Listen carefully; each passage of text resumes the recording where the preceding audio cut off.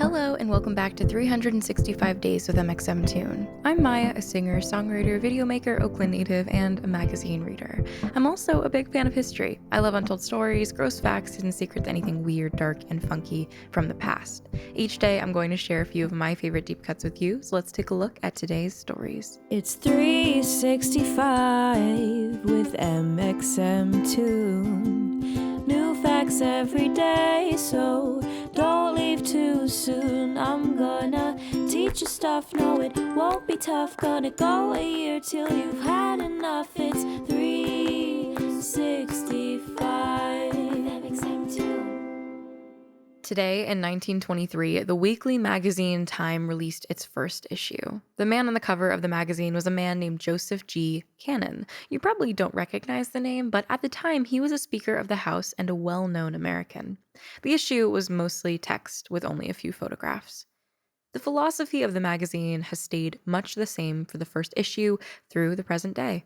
The magazine covers the week's major news in areas from international news to arts reviews and political commentary. The first issue covered quite a few of interesting topics. The announcement of the first helicopter, changes to the current divorce laws, the announcement of the release of the film Adam's Rib, a new cigarette tax in Indiana, and a negative review of T.S. Eliot's The Wasteland. Though that review would prove to be misguided in time, pun intended, the magazine itself would only grow a stronger reputation. Time was based in New York City and run by publishers Brighton Hayden and Henry Luce. It was the first weekly magazine in the United States. Hayden and Luce already had some experience publishing together as they'd been chairman and editor of the Yale Daily News.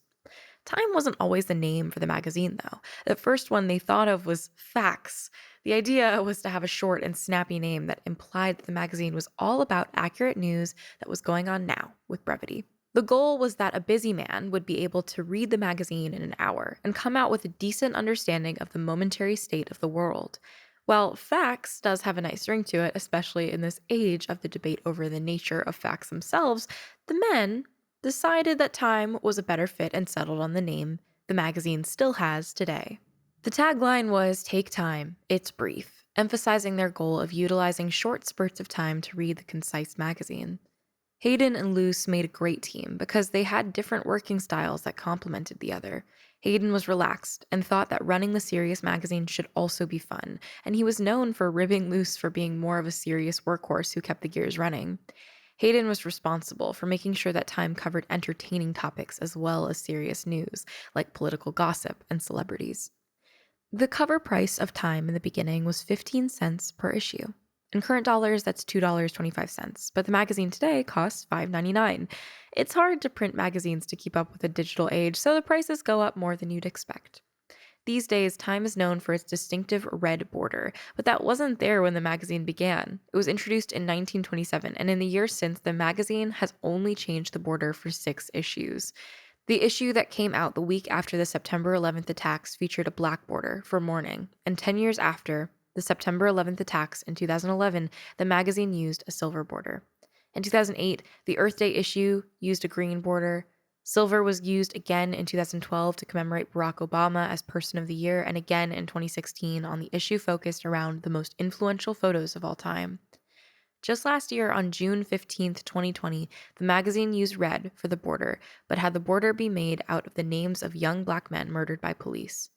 Then in September, the magazine used a black border to honor the deaths of the victims of the coronavirus. For the first 50 years of the magazine, the cover always depicted a portrait of one singular person. Though it eventually moved to also featuring groups and natural phenomena, you can see the emphasis on individuals in nearly Time Person of the Year issues, though that too has been recently shifted to featuring groups as well as individuals. The person who has been featured on the cover of Time the most is former President Richard Nixon, clocking in at 55 covers. Person of the Year has always sparked interesting discussions and debates. Person of the Year isn't always an honor, it's a title designed to go to the person who, for good or for ill, most affected a single year. Though many of the examples have been for good, notable examples for the ill are Adolf Hitler, Joseph Stalin, and Donald Trump. In the past couple of decades, the magazine has done some interesting concepts for Person of the Year, rather than individual people coming to mixed reviews. In 2006, the Person of the Year was You, which some thought was creative and fun, but others considered it to be a cop-out and wanted a real person.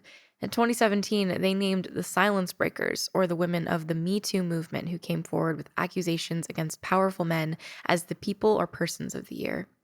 The issue featured many different women, both famous and regular citizens, who had made the brave decision to come forward with allegations of abuse against men, their bosses, their co-workers, or men they'd worked on films and television with. The breadth of these stories and the issue was tragically stunning, just one aspect of finding out how pervasive the harassment that was uncovered through the Me Too movement was, and still is. That year's Person of the Year distinction was met with widespread approval, especially for the magazine featuring so many individual stories instead of just the stories of famous women whose accusations were already well covered. To close out today's history segment, we have an incredibly special guest, Charlotte Alter. Charlotte is a national correspondent for Time magazine who covered the 2016, 2018, and 2020 campaigns, youth social movements, and women in politics. She's here to talk about what working for Time means to her. So what I think is really cool about Time magazine and why I love working there is that Time is a magazine and it's a publication, but it's also kind of like a clock.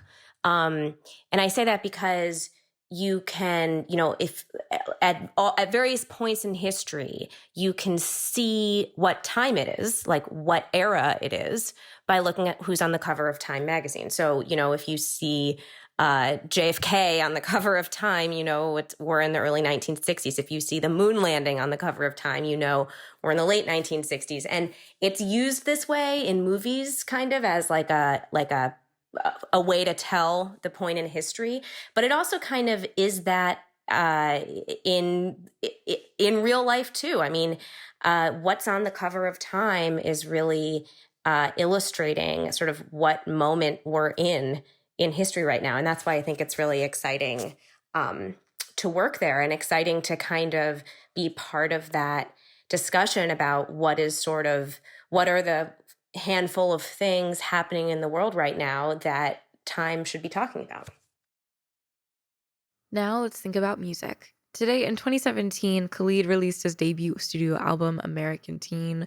By the next fall, the record made platinum with over 1 million sales, and the next year it went double platinum. American Teen was nominated for the Best Urban Contemporary Album Award, and the lead single Location was nominated for Best R&B Song. Vice called the album a teen pop milestone, which is a compliment I'd love to receive. It was a start to an epic career, and I can't wait to see what Khalid does in the future. And now for our final segment, I'm going to go into my own photo archives and see what I was up to on a March 3rd in my life. On March 3rd, 2018, I have a photo here saved on my phone of Suki, which is a character from the Nickelodeon series Avatar: The Last Airbender. Now, I have made it a big deal that I love Suki. She's one of my favorite characters from Avatar. She is the namesake for my alt Twitter account, live action Suki. It's not really a memory of myself, but I guess a memory of a character that has meant a lot to me growing up. I think as a mixed race kid, I look to representations of myself through animated media a lot more than I saw myself within actual media with real people. So having a character like Suki in a show that I watched growing up that largely dealt with Asian heritage and culture in a universe that was unapologetically Asian was so exciting. And Suki was one of the first characters that I think I saw myself in outside of movies done by Hayao Miyazaki and Studio Ghibli, which I think are also incredible influences on the art that I make now and kind of who I've shaped into being. So not necessarily a memory from my life, but more so an inspiration. Thanks so much for going back in time with me, and remember to subscribe wherever you listen to podcasts. You can come back tomorrow for more facts from yesterday. It's 365 with mxmtoon. New facts every day, so don't leave too soon. I'm gonna teach you stuff, no it won't be tough. Gonna go a year till you've had enough. It's 365